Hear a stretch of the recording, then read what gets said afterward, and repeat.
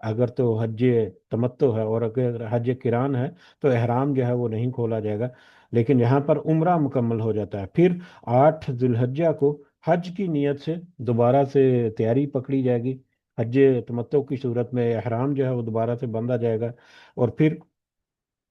8 ذوالحجہ کو حج کی نیت کے ساتھ پھر مینا کی طرف روانہ ہوا جائے گا۔ 8 ذوالحجہ کو مینا میں گزارا جائے گا۔ پھر 9 ذوالحجہ کو عرفات سے عرفات کے لیے نکلنا ہوگا۔ یہیں پر 9 ذوالحجہ کو وقوف عرفہ جس کو کہتے ہیں، جو کہ لازمی حصہ ہے، جس کو آج دیکھیں گے اگر آج کے سبق میں کور ہوا تو وقوف عرفہ جو ہے وہ لازمی حصہ ہے حج کا، جس کے بغیر حج مکمل نہیں ہوتا۔ تو 9 ذوالحجہ کو وقوف عرفہ ہوگا۔ اس کے بعد پھر 9 ذوالحجہ کو غروب آفتاب کے بعد بغیر مغرب پڑھے، یعنی 9 ذوالحجہ کو ظہر سے پہلے پہلے وہاں پر پہنچا جائے گا۔ ظہر اور عصر کی نماز جو ہے وہ اکٹھی پڑھی جائے گی، اور اس کے بعد پھر وہاں پر کوئی نماز نہیں۔ شام کو مغرب میں نماز پڑھے بغیر، مغرب کی نماز پڑھے بغیر وہاں سے مزدلفہ روانہ ہوں گے، اور مزدلفہ پہنچ پر مغرب اور عشاء کی نماز جو ہے وہ ایک ساتھ اکٹھی ادا کی جائے گی، اور وہ رات جو ہے مزدلفہ میں قیام ہوگا۔ صبح پھر جب سفیدی نمودار ہو جائے تو مزدلفہ جو پھر جمرات کو جا کر بڑے شیطان کو کنکریاں ماری جائیں گی۔ اس کے بعد پھر 10 ذوالحجہ کو کی قربانی جو ہے وہ کی جائے گی، اور قربانی کے بعد بالوں کو منڈوا کر یا بالوں کو کٹوا کر اپنا احرام جو ہے وہ کھول دیا جائے گا۔ یہاں پر جو حج کے جو میجر ارکان ہے وہ مکمل ہوں گے، لیکن اس کے بعد پھر حرم میں جانا، مکہ میں واپس جانا، اور وہاں پر اضافی افادہ طواف افادہ کرنا وہ ہے۔ اس کے بعد پھر مقام ابراہیم پر 2 نوافل پڑھنا جو کہ طواف کا حصہ ہوتا ہے، پھر صفا اور مروہ کے درمیان سعی کرنا، اور پھر واپس مینا میں آ کر 3 دن کے لیے 11، 12 اور 13 ذوالحجہ کو تینوں شیطانوں کو کنکریاں مارنا، اور پھر اس کے بعد پھر واپس حرم میں آ کر ایک الوداعی طواف کرنے کے بعد اپنے جو حج کے جو مناسک ہیں ان کی تکمیل جو ہے وہ ہو جانا۔ تو یہ ایک مختصر انداز سے حج کے مناسک جو ہے یا حج کے جو ارکان ہے اس کا تذکرہ، کیونکہ آگے جا کر ہمیں حج کے بارے میں انفارمیشن جو ہے وہ ملے گی، تو لہذا حج اور عمرہ اور حج کے ارکان جو ہے اس کا تذکرہ ہمیں آیت نمبر 193 میں اور اس کے بعد آنے والی آیات میں ملتا ہے۔ تو واپس آتے ہیں اپنے سبق کی طرف۔ اعوذ باللہ من الشیطان الرجیم۔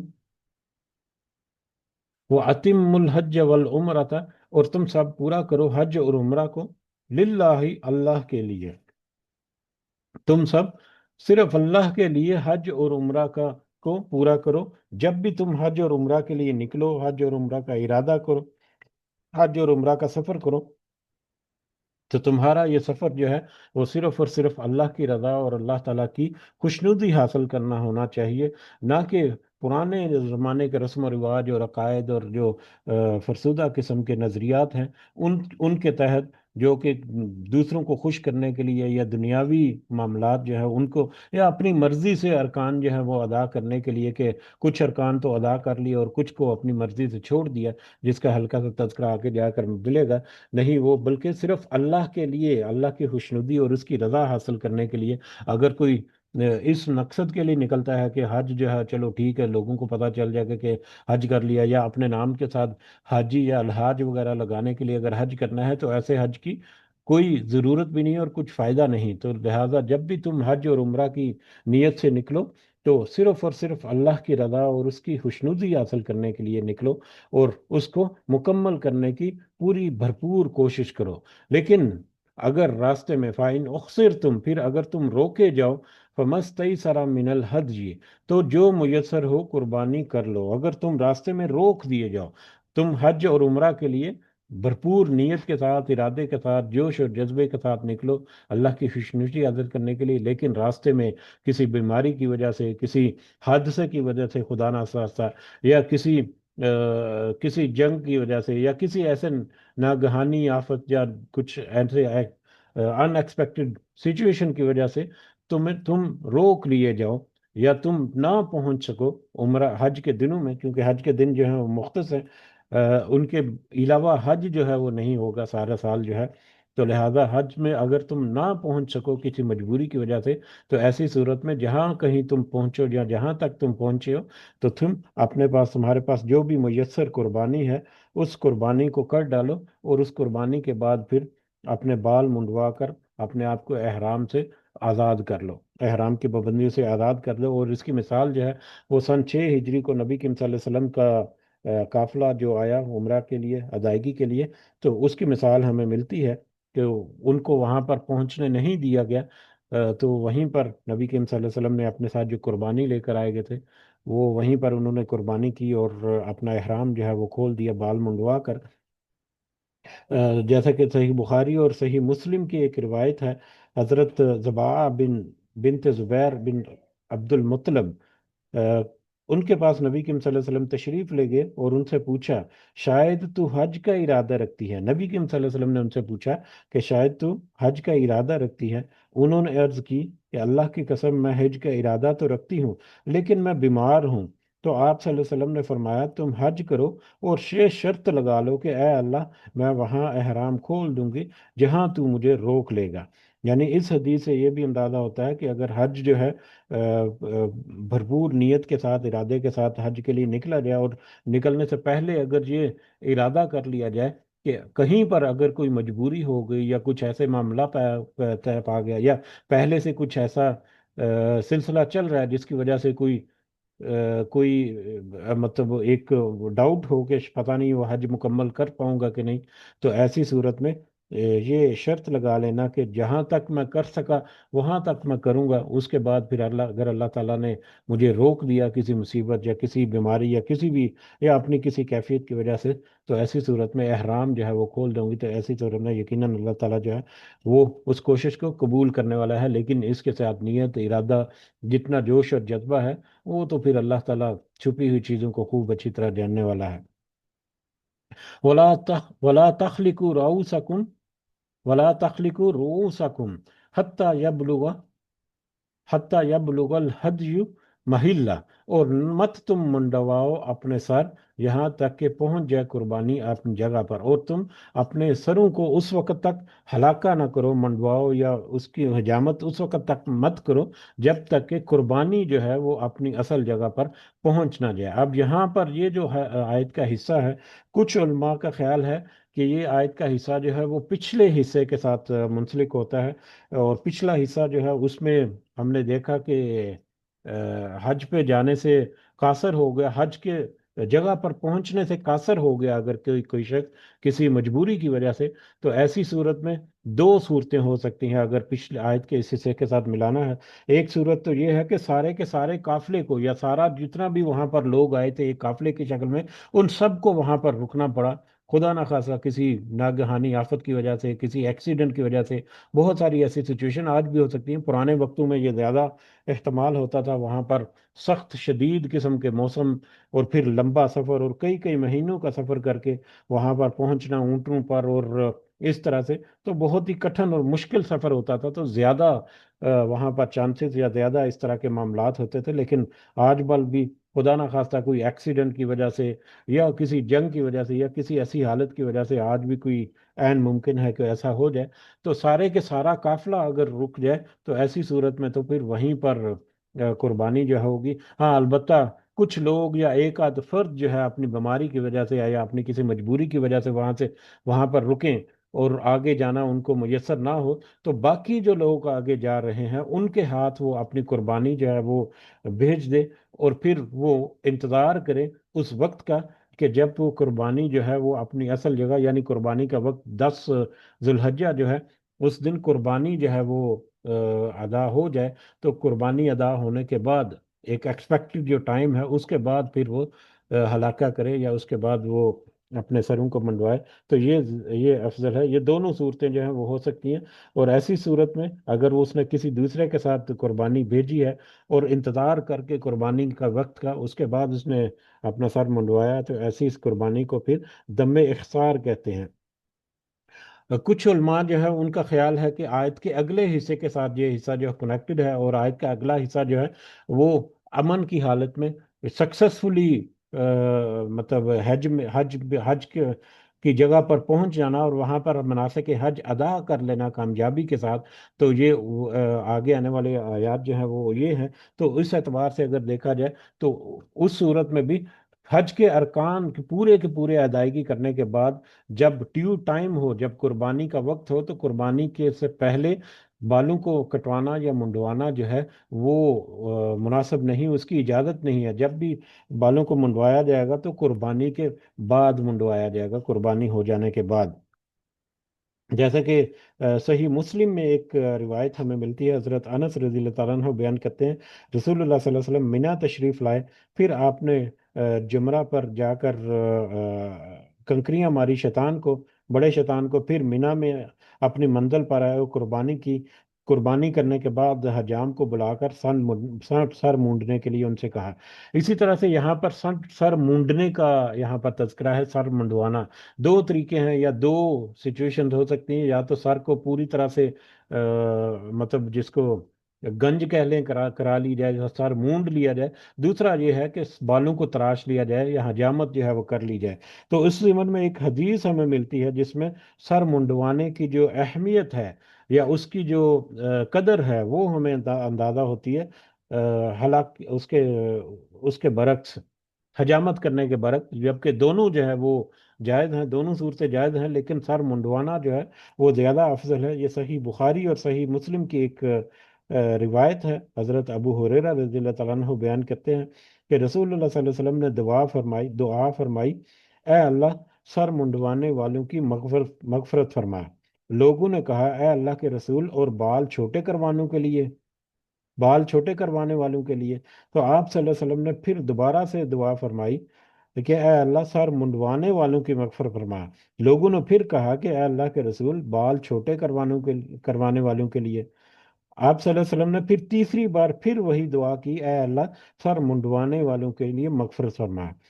تو لوگوں نے پھر کہا کہ بال چھوٹے کروانے والوں کے لیے؟ تو نبی کریم صلی اللہ علیہ وسلم نے چوتھی مرتبہ پھر دعا کی کہ بال چھوٹے کروانے والوں کے لیے بھی مغفرت فرما۔ یعنی نبی کریم صلی اللہ علیہ وسلم نے تین دفعہ لوگوں کے کہنے کے باوجود نبی کریم صلی اللہ علیہ وسلم نے تین دفعہ جو ہے دعائے مغفرت کی سر منڈوانے والوں کے لیے، اور چوتھی دفعہ جو ہے وہ بال کٹوانے والوں یا حجامت کروانے والوں کے لیے۔ تو اس سے ہمیں اندازہ ہوتا ہے کہ دونوں صورتیں جائز ہیں، دونوں صورتیں کی اجازت ہے، لیکن سر منڈوانا جو ہے وہ زیادہ فضیلت یا زیادہ اہمیت رکھتا ہے مردوں کے لیے۔ تو قربانی سے پہلے سر منڈوانا یا سر جو ہے وہ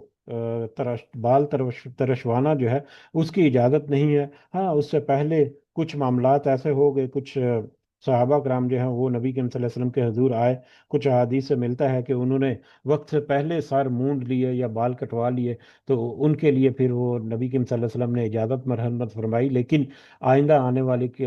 دنوں میں اس کے لیے پھر اب ہمارے لیے یہ ضروری ہے کہ قربانی سے پہلے سر نہیں مونڈا جائے گا۔ فمان کان منکم مریضن، اور پس جو ہو جائے اور سر منڈوانے کی صورت میں،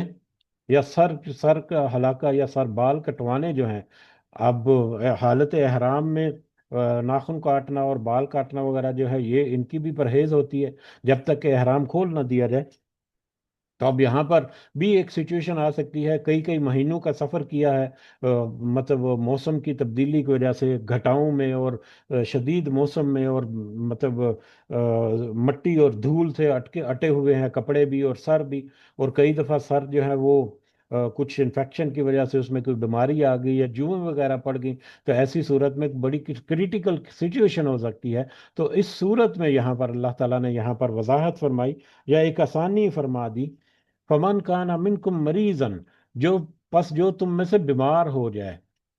آؤ بھی اذن، یا اس کو تکلیف ہو، من رأسی ہی، اس کے سر میں کوئی بیماری ہو جائے یا کوئی تکلیف ہو جائے، دونوں صورتیں جو ہیں وہ بہت سارے حالات میں ممکن ہے، ففدیتن، تو اس کے لیے فدیہ ہے، تو اس کو چاہیے کہ اس کے لیے اجازت ہے کہ وہ مطلب ہلاکہ یعنی بال کٹوا یا ترشوا یا منڈوا سکتا ہے، لیکن اس کا فدیہ اس کو دینا پڑے گا۔ لیکن فدیہ کیا ہے؟ یعنی یہ قربانی سے پہلے وہ یہ کام کر سکتا ہے، بال کٹوا سکتا ہے، لیکن ایسی صورت میں اس کو فدیہ دینا پڑے گا، اور فدیہ جو ہے وہ ففدیتن، تو بطور فدیہ من سیام، روزے رکھے، او صدقتن یا صدقہ دے، او نسکن یا قربانی کرے۔ تو بال کٹوانے کی جو فدیہ ہے یا اس کا کفارہ جو ہے وہ روزے رکھنا یا صدقہ دینا یا قربانی کرنا ہے۔ تو اس کے بارے میں بھی ہمیں کچھ ملتی ہیں، جیسا کہ بخاری اور مسلم کی ایک روایت ہے کہ کعب بن عجرہ رضی اللہ تعالیٰ عنہ کہتے ہیں کہ ہم حدیبیہ میں رسول اللہ صلی اللہ علیہ وسلم کے ساتھ تھے اور احرام باندھے ہوئے تھے، لیکن مشرکین نے ہمیں عمرہ سے روک دیا۔ میرے بال لمبے تھے اور جوئیں میرے منہ پر گر رہی تھیں۔ بال لمبے تھے اور جوئیں جو ہیں وہ میرے منہ پر گر رہی تھیں، اس قدر جوئیں جو ہے بڑھ چکی تھیں۔ آپ صلی اللہ علیہ وسلم میرے پاس سے گزرے اور فرمایا، کیا سر کی جوئیں تمہیں تکلیف پہنچا رہی ہیں؟ میں نے عرض کیا، جی ہاں۔ تو تب یہ آیت نازل ہوئی، اور پھر نبی کریم صلی اللہ علیہ وسلم نے فرمایا، سر منڈواؤ، 3 روزے رکھو، یا 6 مسکینوں کو کھانا کھلاؤ، یا قربانی دو۔ تو یعنی کہ یہ جو فدیہ ہے یا کفارہ ہے سر منڈوانے کا قربانی سے پہلے، وہ 3 روزے رکھنا ہے، یا 6 مسکینوں کو کھانا کھلانا ہے صدقے کے طور پر، یا پھر قربانی کرنا ہے۔ تو ایسی صورت جو ہے وہ بہت ممکن ہے کہ آج بھی ایسی کوئی حالت جو ہے وہ ہو جائے، کوئی انفیکشن کی وجہ سے یا کچھ ایسے معاملات کی وجہ سے کہ سر کے بال کٹوانے پڑے، تو ایسی صورت میں فدیہ دے کر مطلب سر کے بال جو ہے وہ کٹوائے جا سکتے ہیں، یا ہلاکہ وغیرہ کیا جا سکتا ہے۔ فَإِذَا أَمِنْتُمْ، پھر جب تمہیں امن نصیب ہو جائے، جب تمہیں امن نصیب ہو جائے، یعنی تم امن کے ساتھ حج کی جگہ پر پہنچ جاؤ، حج کے مقام پر پہنچ جاؤ، اور وہاں پر جا کر تم مناسک حج ادا کرنے کے لیے ریڈی ہو، تیار ہو، اللہ تعالیٰ نے تمہیں یہ توفیق دی، اور پھر وسائل اور اللہ تعالیٰ نے سارے معاملات تمہارے لیے درست رکھے، تو فَمَن تَمَتَّعَ بالعمرتی، تو پھر جو فائدہ اٹھائے عمرہ کرنے کا، الحج، حج کے ساتھ، تو وہاں پر جو عمرہ کے ساتھ، حج کے ساتھ عمرہ کا فائدہ بھی اٹھانا چاہے تو وہ اس کو اٹھا سکتا ہے، یعنی وقت سے پہلے پہنچ گیا اور کافی وقت ہے تو پھر جا کر پہلے عمرہ ادا کرے، عمرہ کی ادائیگی کے بعد پھر وہ احرام کھول دے، اور پھر 8 ذوالحجہ کو دوبارہ سے حج کے لیے احرام باندھ دے۔ تو یہ اللہ تعالیٰ نے یہاں پر ایک آسانی جو ہے وہ کر دی ان حاجیوں کے لیے جو دور دراز سے یہاں پر سفر کر کے آئے ہیں۔ جیسا کہ صحیح بخاری میں بھی ایک روایت ہے، حضرت عمران رضی اللہ تعالیٰ عنہ کہتے ہیں کہ ہم نے رسول اللہ صلی اللہ علیہ وسلم کے زمانے میں حج تمتع کیا، جبکہ اس وقت قرآن نازل ہو رہا تھا، تو حج تمتع جو ہے وہ اس وقت بھی کیا گیا تھا۔ تو یعنی حج تمتع جو ہے وہ یہ ہے کہ پہلے جا کر عمرہ جو ہے اس کو ادا کر کے احرام کھول دیا جائے، پھر بعد میں 8 ذوالحجہ کو دوبارہ سے عمرہ کی حج کی نیت کے ساتھ دوبارہ سے احرام جو ہے وہ باندھا جائے۔ تو فمن تمتع بالعمرۃ الی الحج، تو جو فائدہ اٹھائے عمرے کا حج کے ساتھ، تو پھر وہ وہاں پر عمرے کا فائدہ اٹھا لے یا حج تمتع جو ہے وہ کر لے۔ فمستیسر من الحج،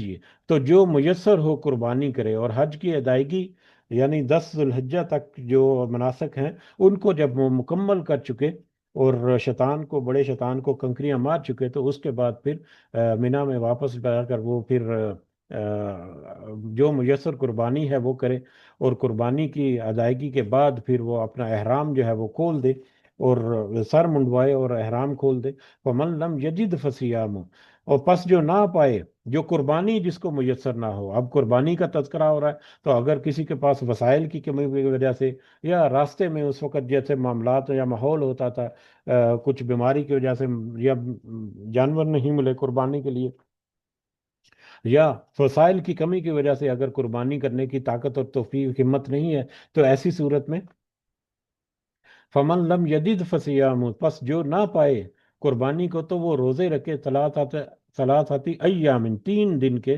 فی الایام الحج، ایام حج میں، حج کے دنوں کے درمیان پھر اس کے لیے ہے کہ وہ 3 دن کے روزے رکھے، وہ سب آتن، اور 7 دن کے روزے، اذا رجعتم، جب وہ اپنے گھروں کو پہنچ جائے یا اپنے گھروں کو لوٹ جائے۔ 3 دن کو روزے جو ہے حج کے ایام میں رکھے، اور 7 دن کے روزے گھر میں واپس پہنچ کر رکھے۔ تل کا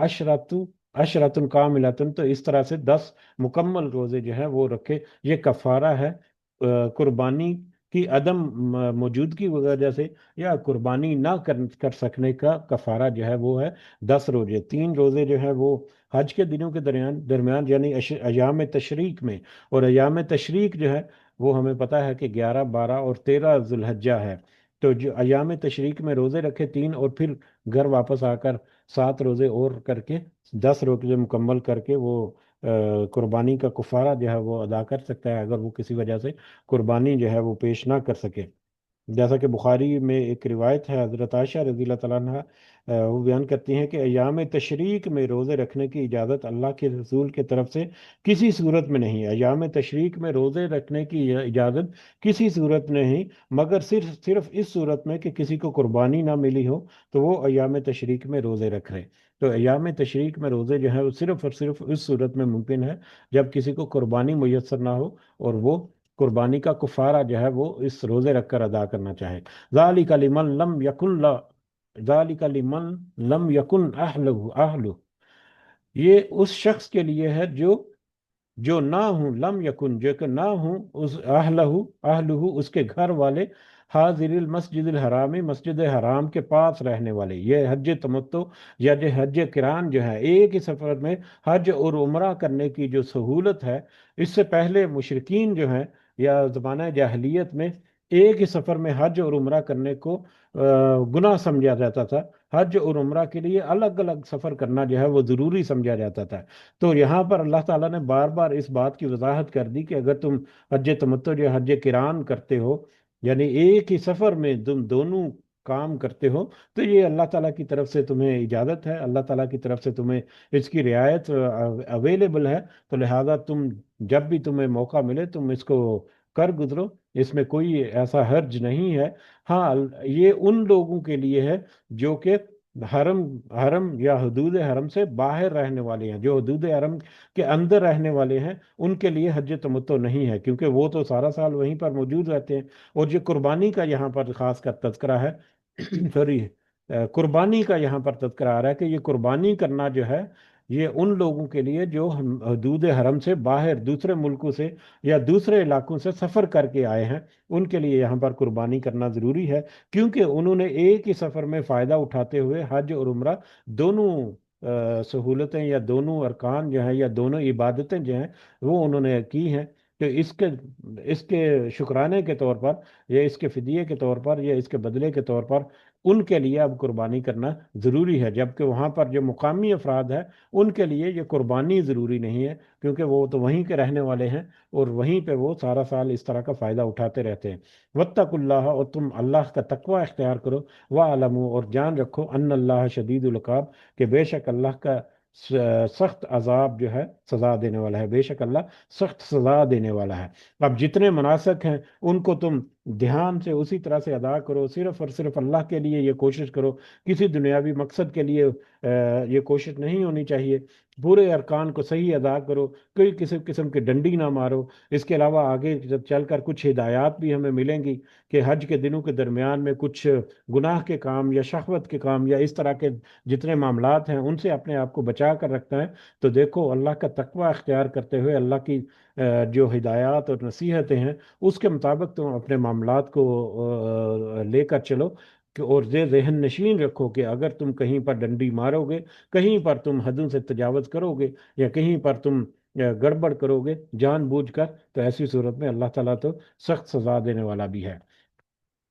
یا مشرکانہ رسومات اور دوسرے قسم کے عقائد اور نظریات جو ہیں فرسودہ قسم کے، ان کو چھوڑ کر اب تمہارے لیے ضروری ہے کہ اللہ تعالیٰ نے تمہارے لیے واضح کر دیا کہ ارکان حج کیا ہیں، ان کی حدود و قیود کیا ہیں، ان کے طریقہ کیا ہے. نبی کریم صلی اللہ علیہ وسلم نے حج کو ادا کر کے اور اس کی مزید ایکسپلینیشن دے کر تمہارے اوپر سب کچھ واضح کر دیا. تو اب تم ان ہدایات کے مطابق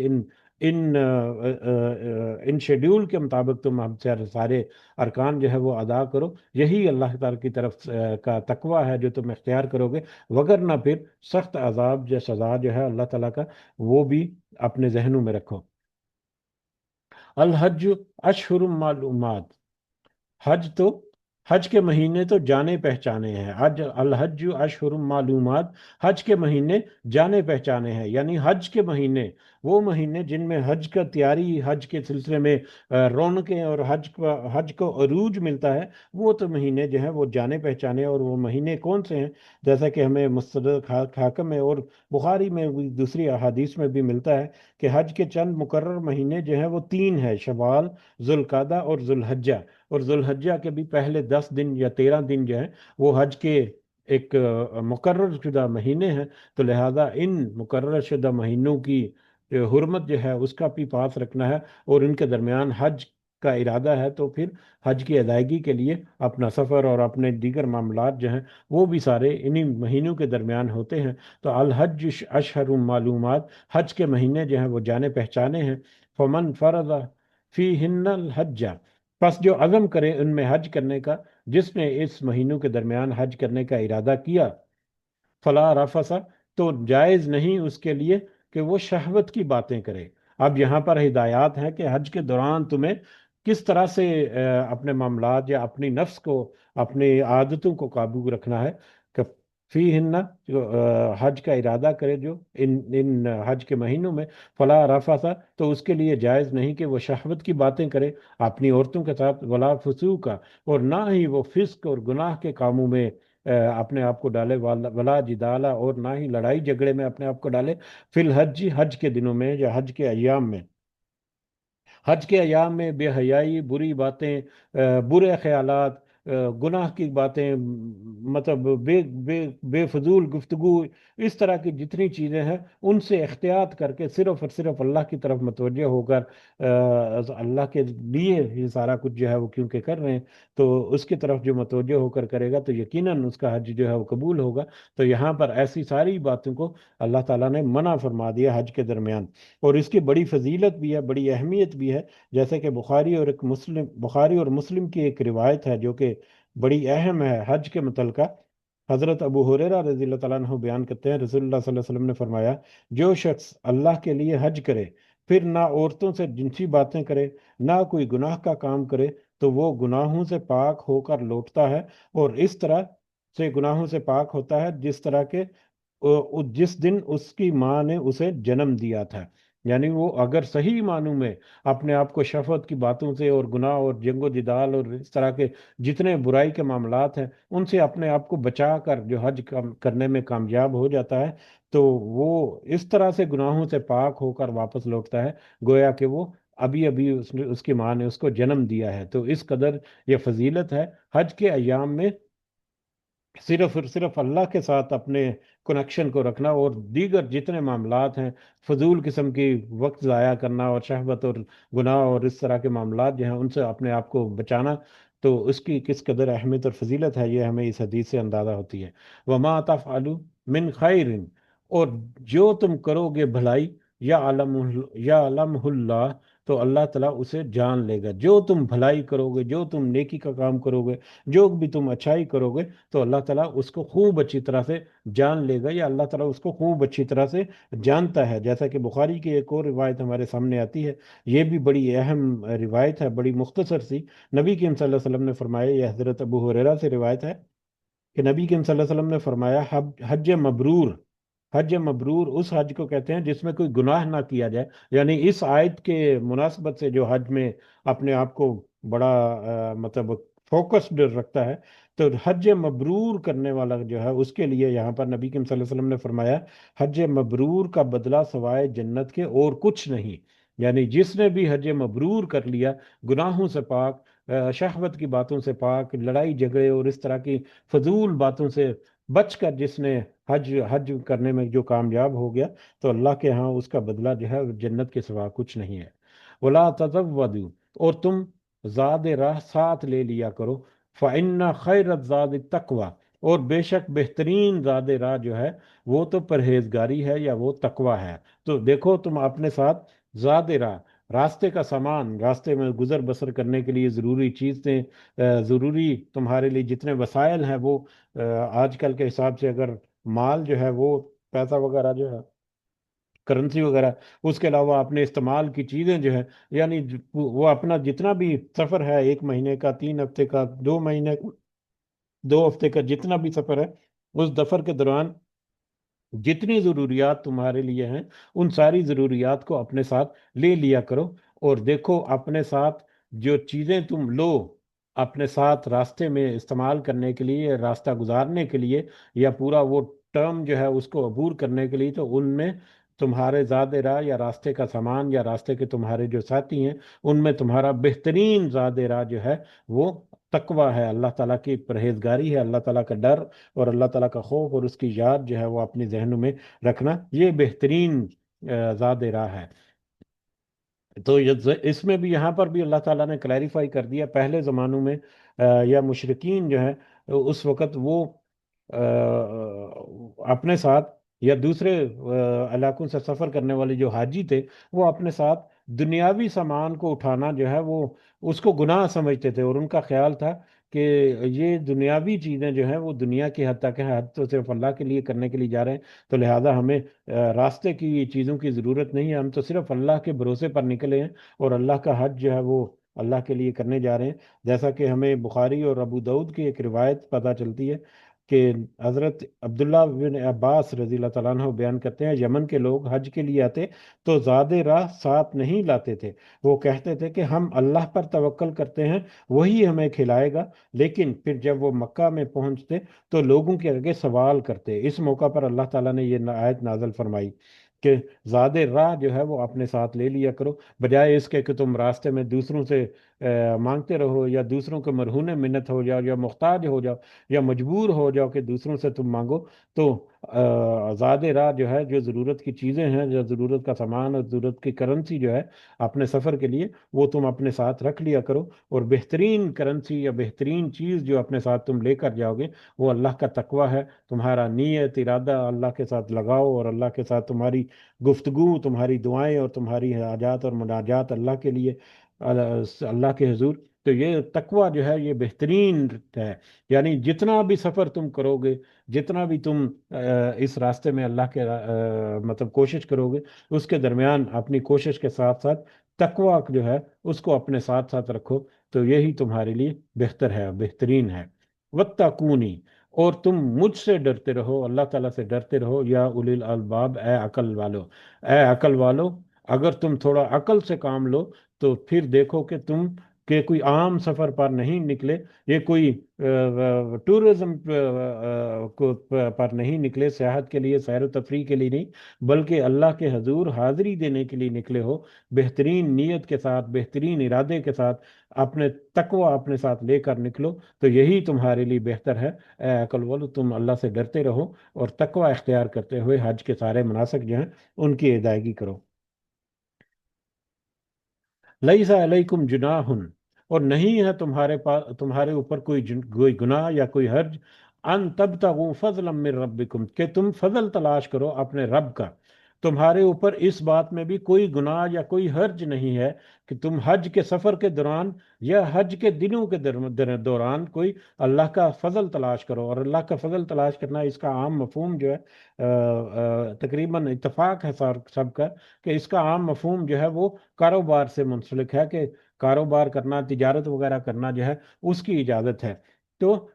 حج کے دنوں کے دوران یا حج کے سفر کے دوران اگر تم اپنے معاملات کو پورا کرنے کے لیے یا اپنی ضروریات کو پورا کرنے کے لیے کوئی تجارت وغیرہ کرتے ہو یا کوئی کاروبار وغیرہ کرتے ہو، تو پھر اس کی تمہیں اجازت ہے، اس میں بھی کوئی حرج نہیں ہے۔ اس میں بھی پہلے زمانوں میں جو حج کے سفر کے دوران یا حج کے دنوں کے درمیان تجارت کرنا یا کاروبار وغیرہ کرنا جو ہے اس کو گناہ سمجھا جاتا تھا، تو یہاں پر اللہ تعالیٰ نے اس کی بھی وضاحت فرما دی کہ اس میں گناہ کی کوئی بات نہیں ہے، تمہارے لیے اجازت ہے۔ ہاں البتہ آگے جا کر ملے گا کہ تم دعاؤں کا ایک خاص وقت ہے یا ایک پیریڈ ہے، بطور خاص ان دنوں میں اور ان اوقات میں تم بطور خاص اللہ کے ساتھ اپنی لو لگا کر رکھو، باقی ایام میں تم اپنا معاملات جو ہیں ان کو نبھانے کے لیے تم اگر تجارت وغیرہ کرتے ہو تو اس میں تمہارے لیے کوئی حرج نہیں ہے۔ یہ بخاری کی ایک روایت ہے حضرت عبداللہ بن عباس رضی اللہ تعالیٰ عنہ سے کہ عقاذ، مجنہ اور ذوالمجاز، یہ زمانہ جاہلیت کے بازار تھے، یعنی پہلے زمانوں میں یہ کچھ بازار تھے جو کہ بڑے وہاں پر تجارت وغیرہ ہوتی تھی، لیکن حج کے ایام میں وہاں پر تجارت وغیرہ کرنا جو ہے اس کو گناہ تصور کیا جاتا تھا۔ تو اس لیے اللہ تعالیٰ نے یہ آیت نازل فرما کر وضاحت کر دی کہ اب تمہارے لیے کوئی قید نہیں ہے، اس طرح سے معروف طریقے سے تم حج کے دنوں کے درمیان بھی یا حج کے سفر کے دوران، حج کا سفر جو ہے یہ بھی پہلے زبانوں کے اعتبار سے دیکھیں تو بڑی اہمیت کا حامل ہے۔ لمبا سفر ہے، کئی کئی ہفتے کئی کئی مہینے جو ہے وہ سفر کرنا پڑتا ہے۔ اس میں اگر کسی کے پاس وسائل کم ہیں تو وہ اپنے ساتھ کچھ ایسی چیزیں لے جا سکتا ہے جو کہ راستے میں جن کی تجارت کر کے اس سے نفع حاصل کر کے، ایک تو راستے میں وہ اپنا جو اس کی ضرورت کی چیزیں ہیں وہ بھی لے سکتا ہے، اور اپنے معاملات جو ہیں ان کو بھی سنوار سکتا ہے اس منافع کے ذریعے سے جو چیزیں جو ہیں وہ اپنے ساتھ لے کر نکلا ہے۔ یا حج کے ایام کے درمیان کچھ تجارت وغیرہ کرنا اس کی اجازت ہے۔ فَإِذَا أَفَضْتُم مِّنْ عَرَفَاتٍ، اور پھر جب تم لوٹو میدان عرفات میں، فَاذْكُرُوا اللَّهَ، تو تم ذکر کرو اللہ کا، عند المشعر الحرام، مشعر الحرام یعنی مزدلفہ کے بعد، اور جب تم میدان عرفات سے لوٹو تو تم مزدلفہ میں یا مشعر الحرام کے پاس اللہ تعالیٰ کا ذکر جو ہے وہ کثرت کے ساتھ کرو۔ یہ سب سے ایک بنیادی، سب سے ایک مرکزی جو رکن ہے حج کا، وہ یہاں پر اللہ تعالیٰ نے تذکرہ کیا، میدان عرفات یا وقوف عرفات اور وقوف مزدلفہ یا مزدلفہ میں قیام جو ہے، یہ دونوں جو ہے یہ دونوں جگہیں ایسی ہیں جہاں پر خاص کر میدان عرفات جو ہے جہاں پر پہنچے بغیر حج جو ہے وہ ادا نہیں ہوتا۔ اور وقوف عرفات اور اس کے متعلقہ کچھ چیزیں جو ہیں ان کو اگر ہم یہاں پر دیکھیں تو نبی کریم صلی اللہ علیہ وسلم نے فرمایا حج الحج عرفہ، کہ یعنی اصل حج تو عرفہ ہی ہے، عرفہ کے میدان میں حاضر ہونا۔ اور اس کی اہمیت جو ہے اس کو بطور خاص بھی یہاں پر تذکرہ اس لیے کیا کہ اگلی آیت میں جا کر ہمیں ملے گا کہ مشرکین جو ہے وہ، کیونکہ میدان عرفات جو ہے وہ حدود حرم سے باہر ہے جبکہ مزدلفہ جو ہے وہ حدود حرم کے اندر آتا ہے، تو وہ مشرکین جو ہے خاص کر قریش کے لوگ جو ہیں وہ جو کہ مکہ میں رہنے والے تھے، وہ جب حج کی نیت سے نکلے تو وہ میدان عرفات میں نہیں جاتے تھے بلکہ مزدلفہ تک جا کر وہیں سے واپس لوٹ جاتے تھے، اور وہ کہتے تھے کہ ہمارے لیے ضروری نہیں کہ ہم لمبا سفر کریں اور حدود حرم سے باہر جا کر عرفات میں جائیں، دوسرے جو لوگ جو باہر سے آئیں ان کے لیے ہے کہ وہ عرفات کے میدان میں جائیں اور وہاں سے واپس آئیں۔ تو قریش جو ہے یا مشرکین جو ہیں جو مکہ کے رہنے والے، وہ مزدلفہ سے ہی واپس لوٹ جاتے تھے، تو لہذا اس کی بھی نفی جو ہے وہ اگلی آیت میں ملے گی۔ اور یہاں پر بطور خاص کہ تمہارے لیے بہت اہم ہے کہ تم میدان عرفات میں قیام کے دوران اور عند المشعر الحرام، مشعر الحرام یعنی مزدلفہ میں ایک پہاڑی کا نام ہے مشعر الحرام، تو وہاں پر تم اللہ کے حضور اپنا ذکر اور اذکار کرو، دعائیں کرو، حاجات اور مناجات کرو، یہ تمہارے لیے ضروری ہے۔ اگر ہم اس کو دیکھیں تو حج دوبارہ سے آتے ہیں اپنے پوائنٹ کی طرف، نبی کریم صلی اللہ علیہ وسلم نے فرمایا الحج عرفہ، یعنی اصل حج تو عرفہ ہی ہے۔ اگر کسی کے حج کے باقی تمام مناسک رہ بھی جائیں، جیسے قربانی وغیرہ رہ جانا ہے، اس کے لیے بھی فدیہ ہے یا اس کا بھی کفارہ ہے، اسی طرح سے ہلاکہ بالوں کو مطلب ترشمانا جو ہے وہ بھی اگر مجبوری کی حالت میں ہو تو اس کا بھی کفارہ وغیرہ ہے، تو اگر باقی مناسک رہ بھی جائیں تو اس کا کفارہ ادا کر کے حج حج مکمل کیا جا سکتا ہے، لیکن قیام عرفہ میں شمولیت کے بغیر تو حج مکمل ہی نہیں ہوگا۔ تو لہٰذا اس لیے ضروری ہے کہ جو شخص جو ہے حج کی نیت سے جائے تو وہ لازم میدان عرفات میں اپنے آپ کو شریک کرے، تو ہی اس کا حج جو ہے وہ ہوگا۔ 8 ذی الحجہ کو مکہ مکرمہ سے نکل کر رات جو ہے وہ منی میں گزارنا، اور پھر اگلے دن 9 ذی الحجہ کو یوم عرفہ میں حاضر ہونا، اور پھر یوم عرفہ میں بھی ظہر کی نماز سے پہلے پہلے عرفہ کے میدان میں داخل ہو جانا اور وہاں پر قیام کرنا، اور پھر وہاں پر ظہر اور عصر کی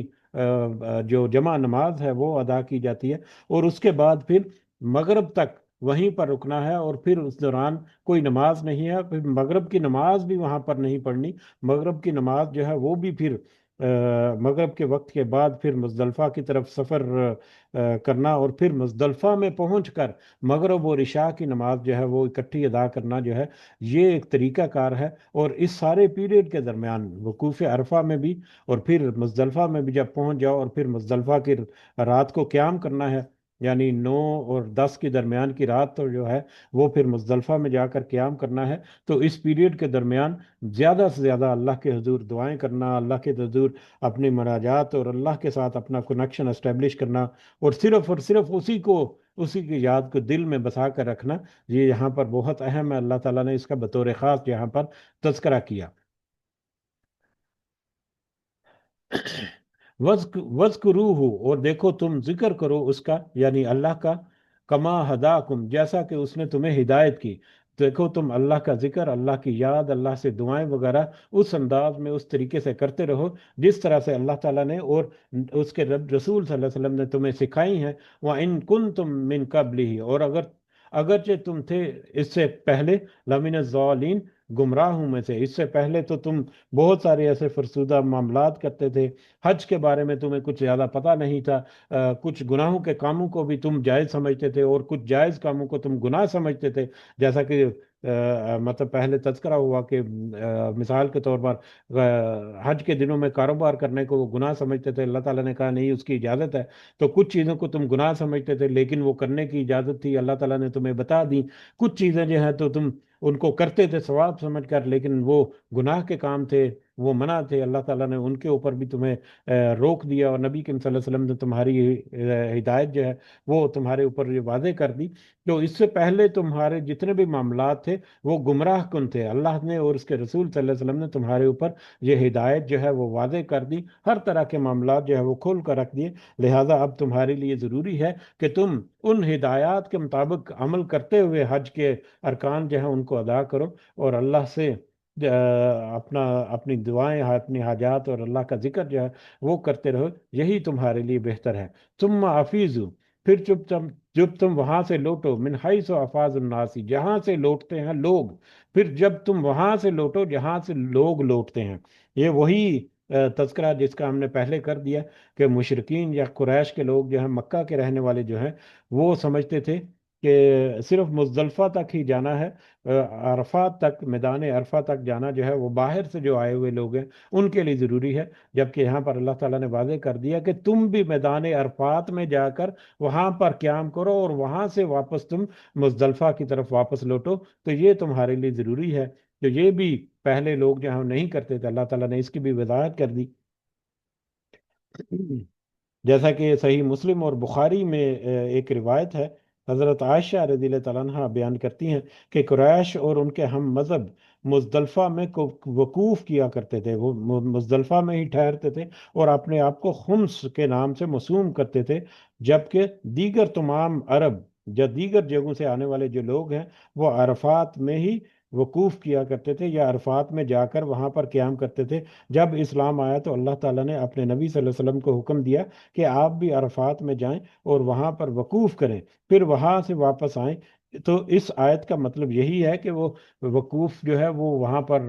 عرفہ کے میدان میں باہر جا کر کیا جائے، اور وہاں سے پھر واپس مزدلفہ کی طرف لوٹا جائے۔ اسی طرح سے صحیح مسلم میں بھی ہمیں ایک روایت ملتی ہے، حضرت جابر رضی اللہ تعالیٰ عنہ بیان کرتے ہیں، رسول اللہ صلی اللہ علیہ وسلم چلتے رہے حج کے لیے، رسول اللہ صلی اللہ علیہ وسلم چلتے رہے، اور قریش یہ گمان کر رہے تھے کہ آپ مشعر الحرام جیسا کہ جس کا اوپر تذکرہ کیا، مشعر الحرام جو ہے وہ مزدلفہ میں ایک پہاڑی کا نام ہے۔ تو قریش جو ہے وہ یہ گمان کر رہے تھے کہ آپ مشعر الحرام کے پاس ٹھہر جائیں گے،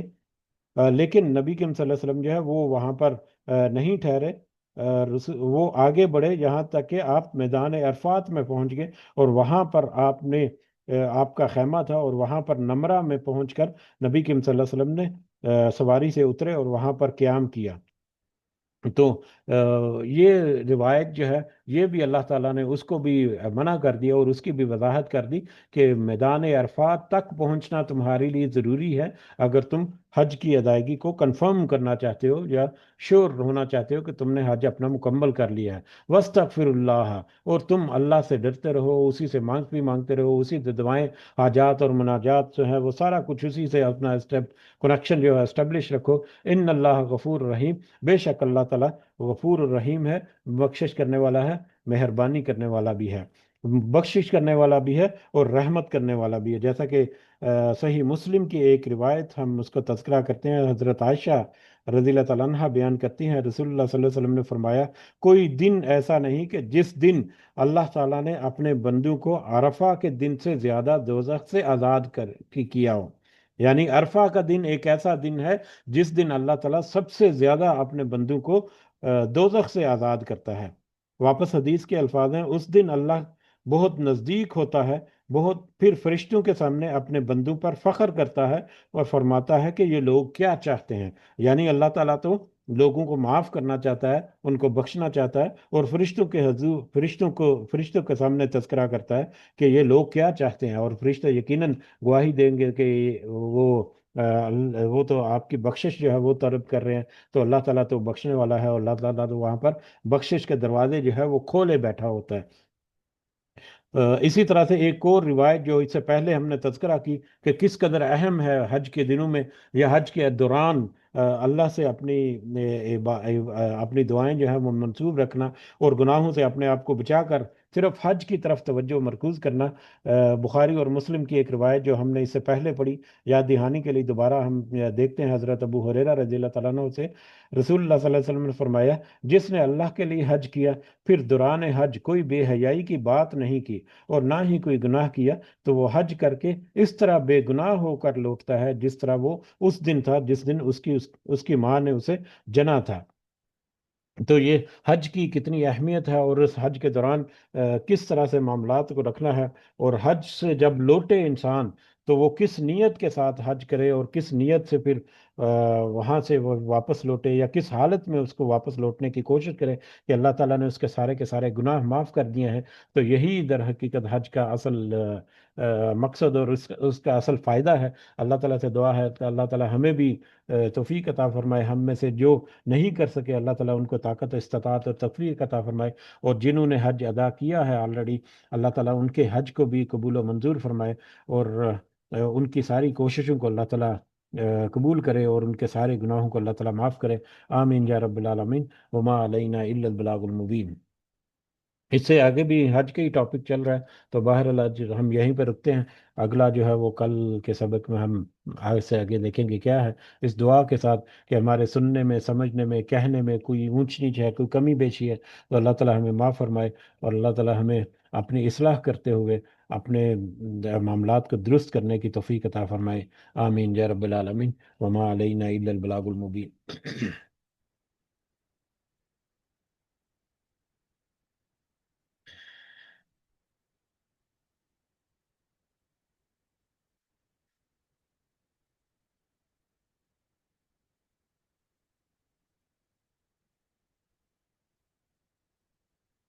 جی اجازت چاہتے ہیں، سب کو دو میں ضرور یاد رکھیں۔ اللہ تعالیٰ سب کا حامی و ناصر ہو، ہمارے معاملات میں اللہ تعالیٰ خاص آسانی، خاص مدد، خاص رہنمائی کرے۔ ہمارے جو معاملات ہیں، جو مشکلات ہیں، کچھ پریشانیاں ہیں، کچھ آزمائشیں ہیں اللہ تعالیٰ کی طرف سے، تو اللہ تعالیٰ ہمیں وسائل عطا فرمائے، اللہ تعالیٰ ہمیں توفیق عطا فرمائے، اللہ تعالیٰ ہمارے اوپر اپنی خاص رحمت اور مدد عطا فرمائے کہ ہم ان معاملات میں اپنے آپ کو نکال سکیں۔ اور پھر اللہ تعالیٰ سے یہ بھی بطور خاص دعا ہے کہ اللہ تعالیٰ ہمیں ان دنیا کے اسباب اور دنیا کے جو وسائل ہیں ان سے دنیا گزارنے کے ساتھ ساتھ ان سے آخرت کمانے کی بھی اللہ تعالیٰ ہمیں توفیق عطا فرمائے۔ آمین یا رب العالمین۔ رب ارحمہما کما ربیانی صغیرہ، اپنے والدین کو اپنی دعاؤں میں ضرور یاد رکھیں، ہمیشہ یاد رکھا کریں، چاہے وہ والدین حیات ہیں، چاہے وہ اس دنیا سے گزر گئے، دونوں صورتوں میں اپنے والدین کو ضرور یاد رکھا کریں۔ رب ارحمہما کما ربیانی صغیرہ، رب ارحمہما کما ربیانی صغیرہ، رب ارحمہما کما ربیانی صغیرہ۔ ربنا آتنا فی الدنیا حسنہ وفی الآخرۃ حسنہ وقنا عذاب النار۔ ربنا ظلمنا انفسنا وان لم تغفر لنا وترحمنا لنكونن من الخاسرین۔ ربنا تقبل منا انک انت السمیع العلیم وتب علینا انک انت التواب الرحیم۔ سبحان ربک رب العزة عما یصفون وسلام علی المرسلین والحمد للہ رب العالمین۔ سبحانک اللہم وبحمدک اشہد ان لا الہ الا انت استغفرک واتوب الیک۔ جزاکم اللہ خیرا کثیرا۔ السلام علیکم ورحمۃ اللہ وبرکاتہ۔